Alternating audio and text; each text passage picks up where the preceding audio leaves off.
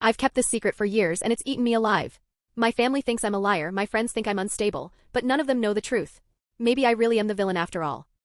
Welcome to Reddit Toxic Family Telltales channel. New episode every day. People with trust issues, yeah, I get it now. One night, my twin sister Millie slid a pregnancy test across my bedroom floor like it was contraband and whispered, "I need you to be pregnant instead of me." I swear, my stomach dropped so hard I almost threw up right there. Me, the so-called golden child, taking the fall for Millie, the one they barely tolerated. I got straight A's, a 3.8 GPA, college applications lined up.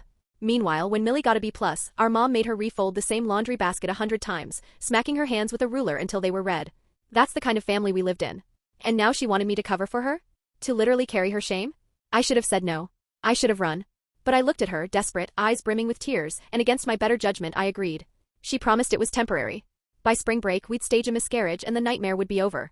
God, I was so stupid to believe her. At first we treated it like some twisted game. We bought one of those fake bellies from CVS, and Millie even helped me practice walking around like I was pregnant. We laughed about it. Like it was just some silly performance. But then Mom got involved. She started documenting everything. Morning photos. Weight charts. Journals. Like she was building a case file on my pregnancy. The first real scare came at dinner. I was halfway through a bite of meatloaf when the padding inside my shirt slipped. Mom's hand shot across the table like a viper, pressing hard against my stomach. "Why does it feel different than this morning?" she asked, eyes narrowing. Her fingers probed, digging in. My throat closed up. I couldn't breathe. But Millie, thank God, knocked over her water glass, splashing everywhere, breaking the tension. Mom's eyes, though, they never left mine. School turned into hell in a whole new way. They pulled me from AP classes, debate club, even gym. Teen mothers need different priorities, they said. My boyfriend, Killian, who I hadn't told the truth, started showing up with prenatal vitamins between periods. His friends even threw him a congrats on being a dad party. Meanwhile, the real mom of this baby, Millie, was out partying, doing shots, living like nothing had changed. And me? I was folding baby clothes with my mom when my phone buzzed. A text. From Millie. "I'm keeping the baby." I froze. The room tilted. My fake 9 months had just become real 9 months. When she got home, I cornered her. She was glowing, hand pressed to her stomach. "I can't do it," she said softly. I felt it move. I wanted to scream. I wanted to tear the fake belly off and throw it at her. Instead, I begged her to fix it. And she looked me dead in the eye and said, "You've always been jealous of me. This is your chance to be important for once." Important? She was out of her mind. From that moment on, things got darker. Mom's behavior shifted into something manic. She'd sneak into my room at 3 a.m., whispering about checking on the baby. Her hands shook as she pressed her ear against the padding, as if she could will it to life. And it wasn't just her. Killian's mom, a lawyer with way too much time, started talking about custody rights and paternity tests. I begged Millie for an exit plan. She just shrugged. "We'll figure it out." But we didn't. On a Tuesday morning, Millie collapsed in chemistry class, dehydration from morning sickness she couldn't hide anymore. I sprinted to the hospital, lungs burning, panic blinding me. Mom was pacing the waiting room, wild-eyed. And out of nowhere I blurted, "It's me. I'm the pregnant one. They mixed us up, we're twins, you know." I was babbling, desperate, ridiculous. Millie was literally in a hospital bed, and I was trying to claim her pregnancy as mine. Mom froze. "Show me your stomach." My hands trembled as I lifted my shirt. The padding had slipped during my run. She reached out, pulled out the fake bump and smiled. Not shocked. Not horrified. She smiled, like she'd been waiting for this moment. And then the doctor walked out. "Your daughter Millie is 14 weeks pregnant. Would you like to see the ultrasound?" Mom's voice cracked. "My perfect daughter." Her head whipped toward me. "Mom, please," I started. But her hands wrapped around my throat before I could finish. "You made me prepare for your baby. Made me love your mistake." Her grip tightened. My knees buckled. I thought, genuinely thought, she was going to kill me right there in the hospital. Security had to drag her off as her nails tore into my skin. Dad didn't even help.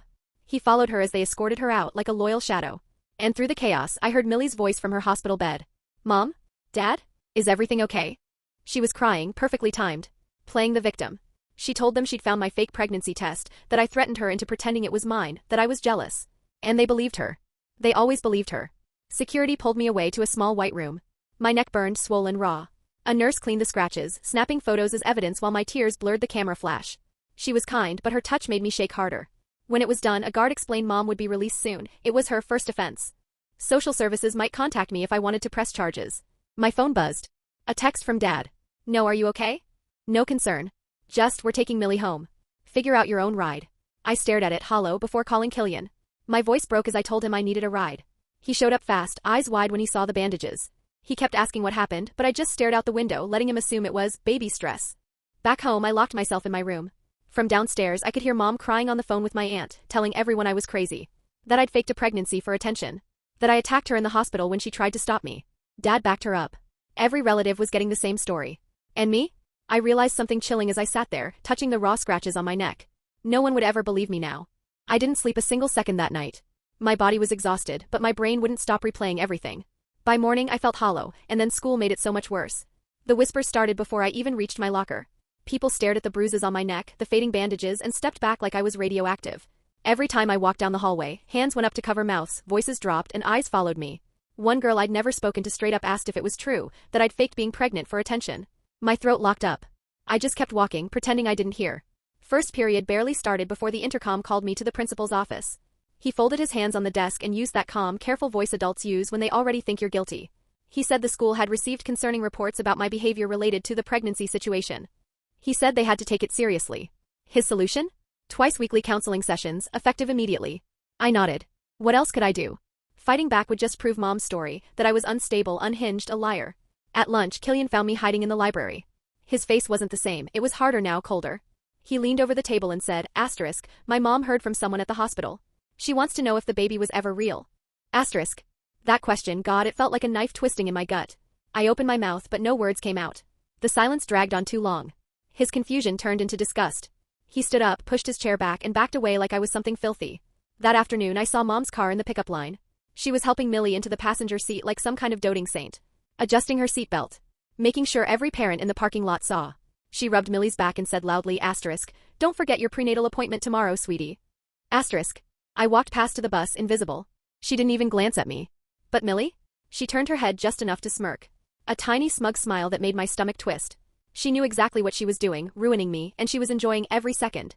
The next day was my first counseling session with Connie Marsh. She had kind eyes, softer than anyone else's I'd seen in weeks. She noticed the yellow-green bruises immediately. She didn't push, just asked gentle questions about home, about whether I felt safe. Something in her tone almost cracked me open right then, but I bit down hard and told her it was a misunderstanding. She didn't argue. Just scribbled notes, gave me her card, and told me I could email her anytime. That night, Killian texted me. My heart jumped until I read it. He said he couldn't trust anything I'd ever told him. His mom told him to cut ties completely. He called himself stupid for believing me, for standing by me. He said he'd already told people the truth about my lies. Before I could type out a single word, the messages stopped delivering. Blocked. Instagram. Snapchat. Even email. I tried calling, straight to voicemail. And just like that, the only person who might have believed me was gone. 3 days later, Connie called me back to her office. She shut the door, tapped her pen against the notebook and studied my face. The bruises had faded, but her eyes lingered there anyway. She asked if I felt safe at home. I started to lie. My lips formed the word yes, but my head betrayed me. It shook side to side. That's when she told me she was a mandated reporter. If kids weren't safe, she had to speak up. She asked if someone at home had hurt me. This time I nodded. Her pen scratched across the paper. My whole body shook. She explained she'd have to file a report with CPS that afternoon, but she promised, asterisk, they just wanted to keep everyone safe, including Millie. Tears spilled out of me before I could stop them. She handed me tissues, came around the desk and sat beside me instead of across from me. She said I was brave. That finally someone would know. Relief and terror twisted together in my chest.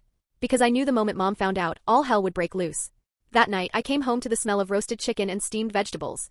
Mom had made a special pregnancy dinner for Millie, complete with vitamins and organic sides. I poured myself a sad bowl of cereal. No one spoke to me. Dad watched his game show like nothing existed outside the TV. Then the phone rang. Mom answered in her sugary fake voice. I heard her say yes several times, scribbling notes. When she hung up, she announced in that same honey tone that CPS would be visiting next week. Her smile didn't falter, but her knuckles were white against the counter. She started scrubbing surfaces that were already spotless, muttering about people who couldn't mind their own business. Dad just turned the volume up louder. The night before the visit, I locked my door and tried to sleep. But at 2 a.m., footsteps creaked in the hall. My doorknob rattled. Are you awake? Mom's voice low and sweet through the crack. We need to talk about tomorrow. Get our story straight. I froze under the blanket, breathing slow, praying she'd leave. The handle kept rattling. She whispered, I know you're awake. This is important for the family. I stayed stone still. Finally, she gave up. But I didn't sleep a second. I just lay there, staring at the door, heart racing, waiting for morning. At exactly 10 a.m., the caseworker arrived. Her name was Fun Underwood.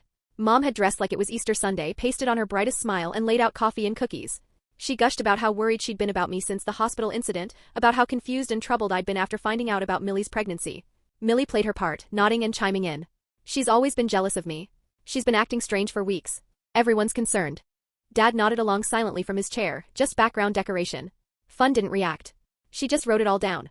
Then she asked to speak with me privately. Mom's smile twitched, but she agreed. Of course. Whatever would help. Upstairs in my room, Fun noticed everything. Especially the lock on the door.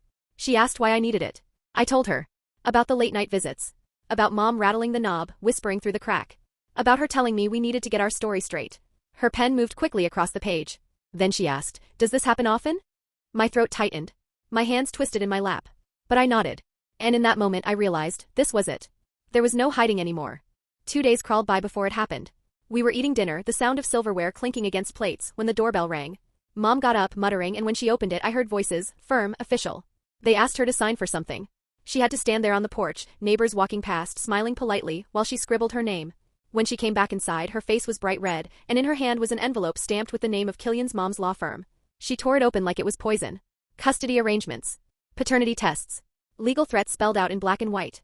The rage started in her shoulders. I swear I saw it ripple down her arms like fire. She turned on me, eyes blazing. "Fix this. Now." I stammered that Killian wouldn't even talk to me anymore. Her lips curled.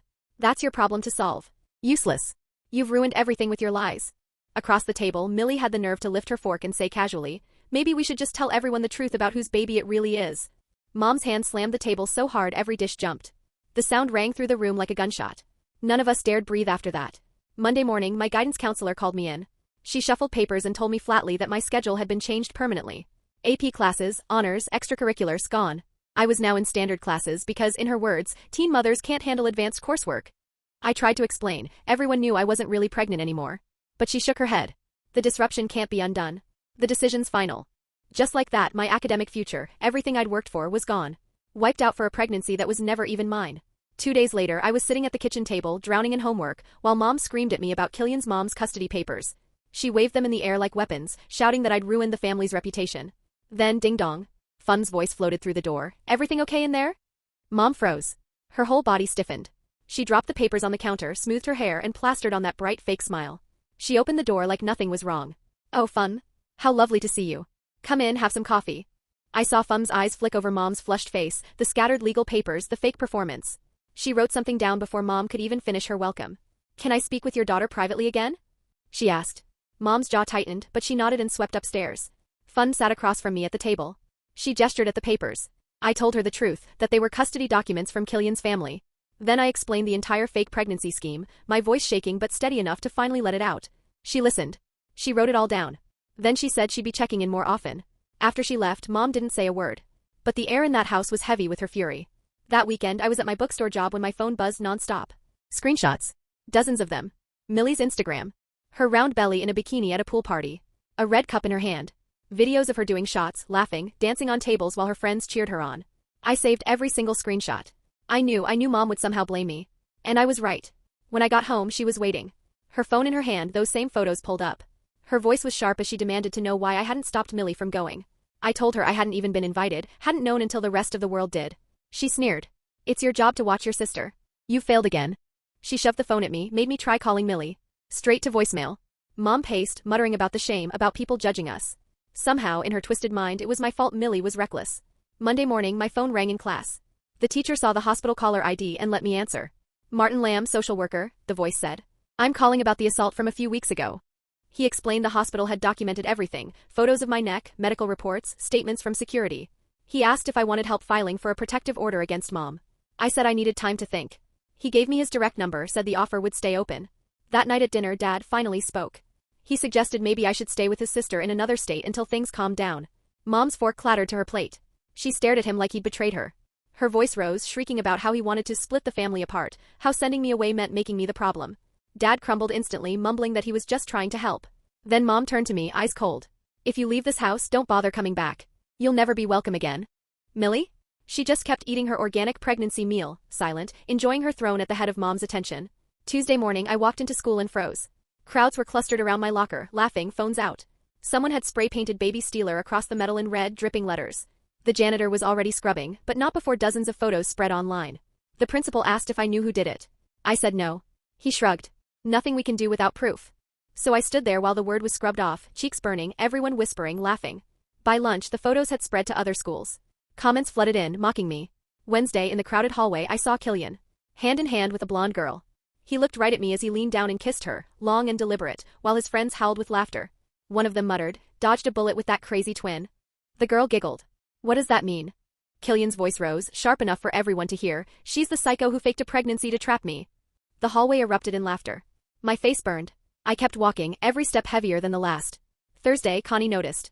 She asked what had happened. I told her about the vandalism, about Killian. She didn't flinch.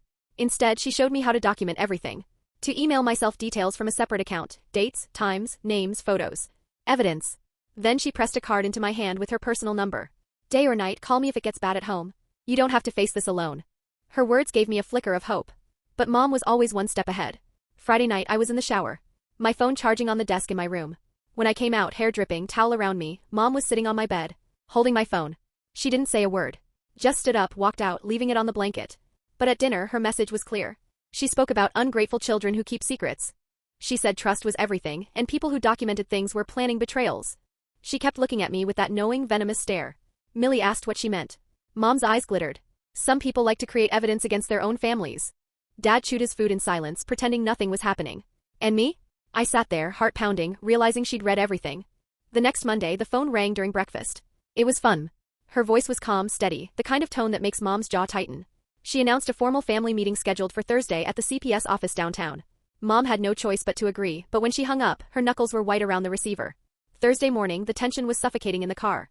Mom spent the entire drive drilling Millie, feeding her lines like a director coaching an actress. Emphasize how difficult she's been. Talk about how the fake pregnancy traumatized you. Remember, family business stays in the family. She looked at me in the rearview mirror. You keep your mouth shut unless they ask you something directly. Do you understand? The CPS office was a gray concrete building with flickering lights in the lobby. We signed in at security, my stomach twisting with every step. In the conference room, Fun was waiting with another social worker, a thick file sitting on the table in front of them. She began by laying out her concerns, photos of my bruised neck projected in stark detail across the table. Mom immediately broke into tears, clutching a tissue like she was auditioning for a drama. It's been so hard, she sniffled. Supporting one pregnant daughter while the other acts out for attention. She's always been jealous of Millie. I've done my best, God knows I've tried, but it's never enough. Dad stared at his hands, nodding like a puppet when prompted. Millie added her perfect little touches, trembling voice, tears in her eyes, saying she'd been so scared of me and that Mom only ever tried to protect her. Every word from them stacked against me like bricks in a prison wall.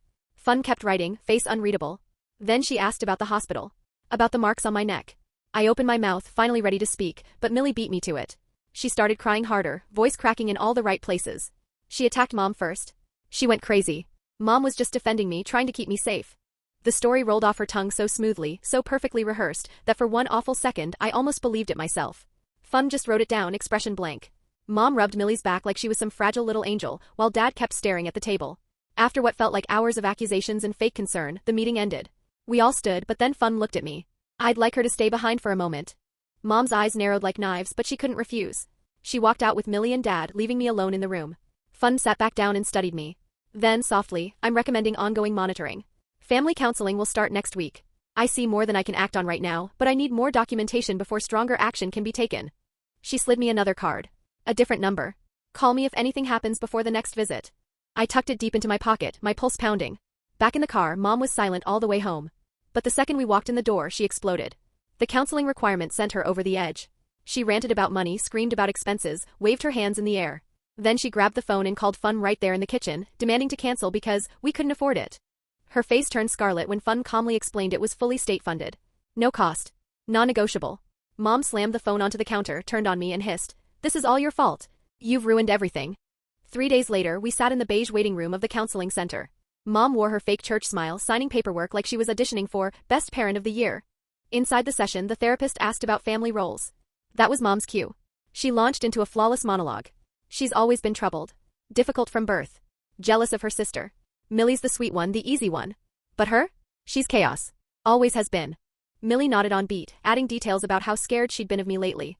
Dad just sat there, nodding when Mom glanced his way, silent as ever. I answered a few questions, but it was pointless. The narrative was already sealed. That night, after everyone went to bed, my door creaked open. Millie slipped in, pale in the hallway light. "Do you hate me?" She whispered.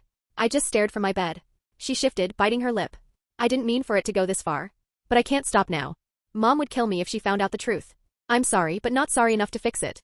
Then she was gone, the click of her door echoing down the hall. Saturday morning, voices woke me. I peeked through my window just in time to see Killian's mom's car in the driveway. She handed Mom an envelope while a man in a suit stood beside her. Legal papers. A paternity test demanded once the baby was born. Mom had to sign for them right there, half the neighborhood watching. Killian's mom said something about protecting her son's interests before leaving. The moment the door shut, Mom started throwing things. Pots. Papers. Anything in reach. She screamed about embarrassment, about lawyers, about money. Monday, I ate lunch in the library again. The librarian, quiet and sharp-eyed, began leaving books for me.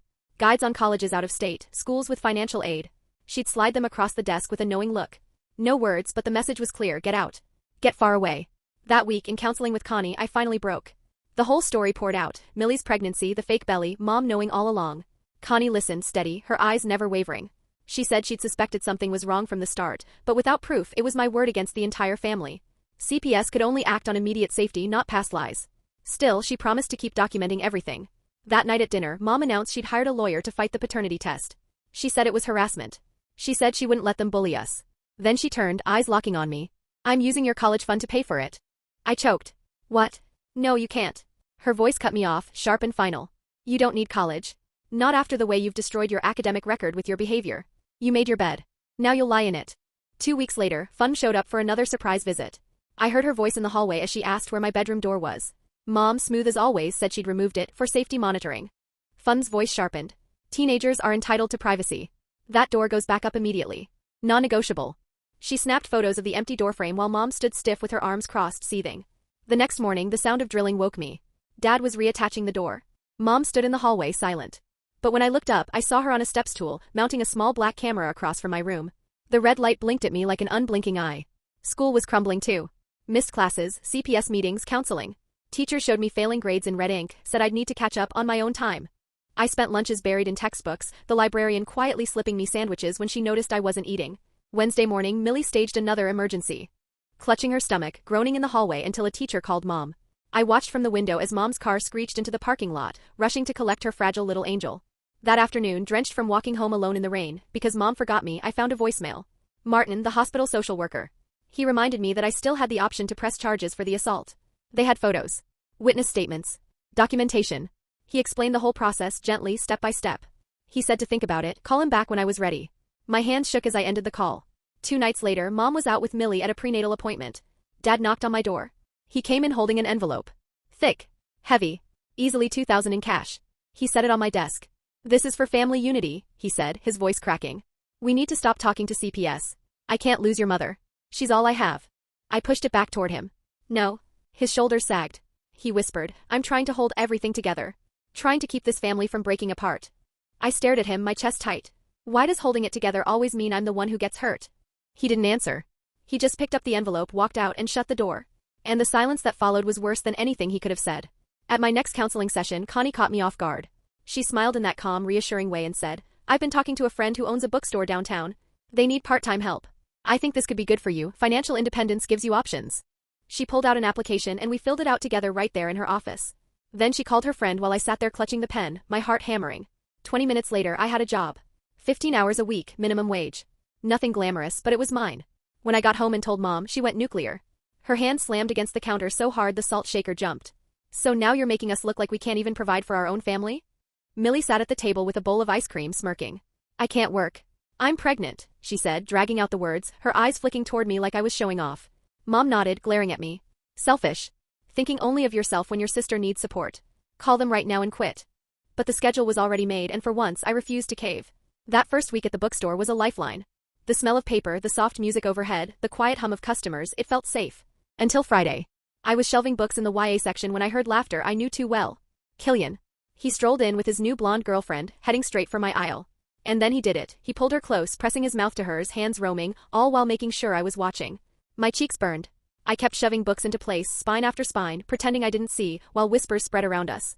That's when my manager marched over, sharp voice cutting through the air. Out. Now. That behavior isn't appropriate in this store. She escorted them out and just before she turned back she gave me a quick wink. Such a small thing, but it nearly undid me. Kindness felt like a foreign language. Monday, Fun was back in our living room, folder open. CPS will continue monitoring through the pregnancy and postpartum period. This is to ensure everyone's safety and well-being. Mom's smile stretched wide, syrupy sweet. Of course, we're so grateful for your support. But her knuckles were bone white around her coffee cup, gripping so tight I thought it would shatter. 3 days later, at family counseling, the therapist gently asked Mom if she'd ever considered her reactions might be too intense. Maybe anger management would help her process. Mom's face flushed crimson. She shot to her feet so fast her chair toppled. Biased? You've been poisoned by her lies. I won't sit here and be attacked while you ignore the real problem. She stormed out, Dad scrambling after her. Millie just picked at her nails, bored, while the therapist calmly scribbled notes. That night, when the house was finally quiet, I pulled out the shoebox under my bed. My bookstore money. I counted each crumpled bill, $4.12. Enough for a deposit somewhere cheap if I could find a place that didn't demand first and last month's rent. I hid it in pieces, $20 in an old textbook, $50 in a tampon box, the rest stuffed into boots and behind my dresser. I knew Mom snooped through my things. This way she'd never find it all. The next morning, Millie's screams shattered the dawn at 5 a.m. Something's wrong with the baby. Mom shoved Dad out of the way, rushing to her side. We all piled into the car, Millie wailing in the back seat while Mom clutched her hand. At the hospital, nurses hooked her up to monitors. 2 tense hours later, the doctor walked in calmly. Braxton Hicks contractions, he explained. Practice contractions. Normal at this stage. Relief flooded the room until Mom turned on me. Her face hardened. This is your fault. The stress you cause is tearing this family apart. Millie's body is reacting to the tension you create. Monday morning, the principal called me in. I braced for another punishment, but this time, it wasn't awful. He said I couldn't return to AP classes, too much disruption. But he offered me online credit recovery to make sure I graduated. Not perfect, but better than nothing. I signed up immediately before anyone could interfere. At my next bookstore shift, an older woman lingered at my register. She asked about gardening books, then drifted back with more questions.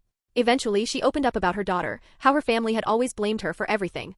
She pulled out a folded paper and wrote something down. There's a support group at the community center. Tuesday nights. Helped my daughter realize she wasn't crazy, that sometimes families pick one person to carry all their problems. I tucked the paper behind my name tag in my locker, my chest tight. 2 days later, Mom found the confirmation letter from school about my online classes. She erupted before she even finished reading it. Trying to get ahead? Trying to make yourself look better while your sister suffers. She called the school, demanding they cancel. The secretary told her flatly that since I was 18, no changes could be made without my permission. Mom slammed the phone down so hard the back cover flew off. Her voice dripped venom. Selfish. Thinking about your future while Millie's is already destroyed. At my next counseling session, Connie studied me carefully. You look exhausted. What's going on? The dam broke. I told her about Mom's reaction to the online classes. Connie pulled forms from her drawer. We can file paperwork for a restraining order. Even if it's denied, it creates a legal record. That matters. She took more photos of my fading neck bruises, angles sharp under the office light, printed them immediately and clipped them to the paperwork. Together, we filled out every line. By the time I left her office, the forms were ready to be filed with the court. For the first time in a long time, I felt a tiny spark. Not hope exactly, but the sense that maybe, just maybe, I wasn't powerless anymore. 2 weeks before Millie's due date, I came home from work and froze. The entire downstairs looked like a high-end baby boutique. A $1,000 stroller gleamed under the lamp. A crib that cost more than my car sat in the corner, draped in lace. Designer baby clothes, tags still on, were piled in baskets like props for a catalog shoot. Mom was humming, arranging stuffed animals on a new shelf Dad had installed, her eyes shining.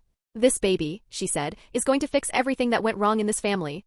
But all I could see was the credit card she'd used, the one linked to my drained college savings account. Dad's overtime shifts were written into every plush toy, every diaper caddy. A week later, I got the letter. The restraining order had been denied. But the judge issued an official warning: Mom was to maintain appropriate boundaries with adult children. She found out the next day at church. Someone mentioned her name was in the court records online. By the time we left the building, she had told half the congregation that I'd tried to have her arrested. She painted herself as a victim, a concerned mother punished for caring too much.